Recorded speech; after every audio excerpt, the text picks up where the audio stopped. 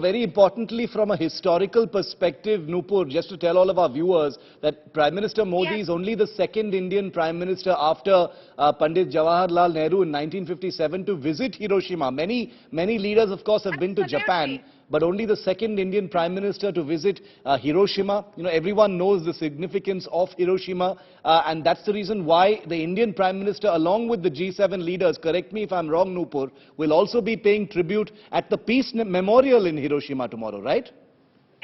Absolutely, you're very correct. Exactly. So all the G7 leaders and this is a very proud moment for all Indians that the statue of Mahatma Gandhi will be unveiled there, and the place where the peace very much was needed. And still the world, as Mr. Modi said, that the world doesn't need war anymore. It needs peace. To the same, the Hiroshima, he's starting that with unveiling the statue of Mahatma Gandhi. So what more we can expect, especially India, it shows that India is really going to play a very significant role in making peace. So we are the country, we are the people who spread peace.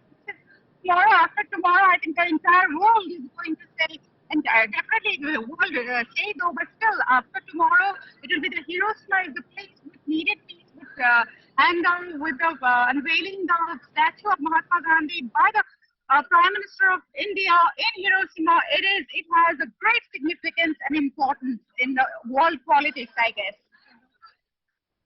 Songs also being sung in that crowd. We're getting footage from different locations. Let's just try and dip in and see what people are singing for the Prime Minister.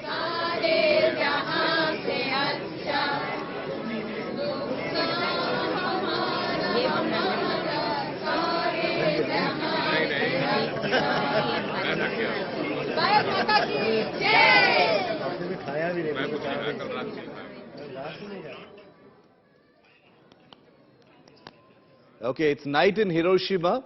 All of those Indians in that crowd are waiting for the Prime Minister to come out. There's going to be a big dinner tonight, and then a lot of engagement starting tomorrow. The G7 summit, remember, is tomorrow, and the day after, the Prime Minister spends the next 2 days in Hiroshima, meeting many of the G7 leaders, and then he will be flying off to Papua New Guinea, becoming the first Indian Prime Minister ever to visit that country. And then he will be making a brief stopover in Australia as well, where he'll be meeting his Australian counterpart and then similarly interacting with the Indian diaspora in Sydney as well. So it's something he's done before, and the Prime Minister has a packed schedule of 40 engagements as part of a 3-nation tour that lasts 4 days. 40 engagements, 4 days, 3 nations. Nupur still standing by with us. Nupur, the place where you're at right now, where are all these people standing? Is Modi inside? Is he going to come out? What are they telling you?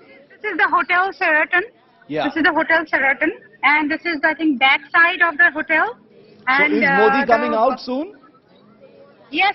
So he's on his way, and he will be here very soon. And that is expected. Everybody is watching. There's a very strict security is here, and so that is the reason I have never seen so much security in Japan, because of a lot of past incidents. I have never seen really in my 20 years. I have been living here 20 years, but I have never seen so many securities. So today, this morning I was like, oh my God, Japan has so much security. So this is really absolutely different situation because of past events and Abe-san's assassination, definitely. So security is very tight here, and this is the Sheraton Hotel where Mr. Modi is going to stay tonight. And then I think this is he will be just taking rest. Maybe after the diaspora thing, he'll be taking rest.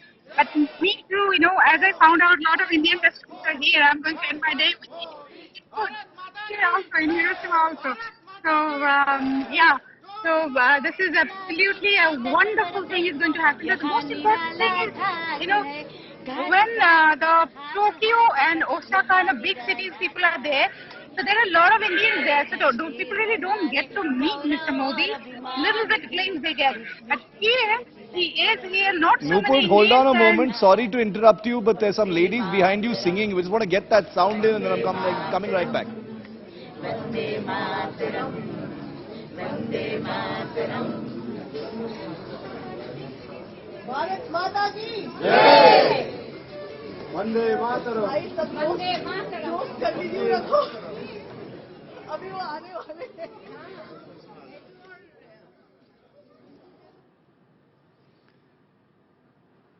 Nupur, obviously people, breaking into impromptu songs and, the national anthem and things. I think the mood over there is fully desi right now. And I'm not surprised at all because, India and Japan also have a very close relationship.